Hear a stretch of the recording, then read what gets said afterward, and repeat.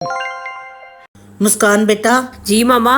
आज तेरा भाई घर पे नहीं है तो प्लीज दुकान से जाके ये सौदा तो ला दे थोड़ा सा। ठीक है मामा, मैं ले आती हूँ, लेकिन सारी चीजें एक ही दफा लिख के दे दें, बार बार मुझसे नीचे नहीं जाया जाएगा। चल जाना, सारा कुछ लिखा हुआ है। ये लो मामा। बेटा यहाँ रख दे। ठीक है मामा। मामा आपको क्या हुआ है? कुछ नहीं बेटा, बस वैसे ही। क्या हुआ है मामा? मेरी कोई बात बुरी लग गई है, बताएं तो।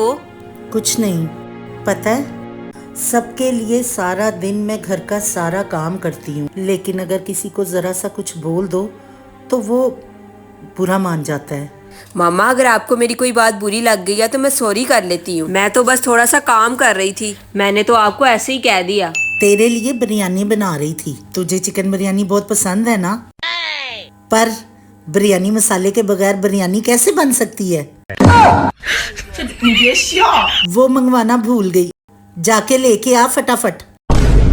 कहा था ना एक ही दफा सब कुछ मंगवा लें, अब फिर नीचे जाना पड़ेगा। लाती हूँ।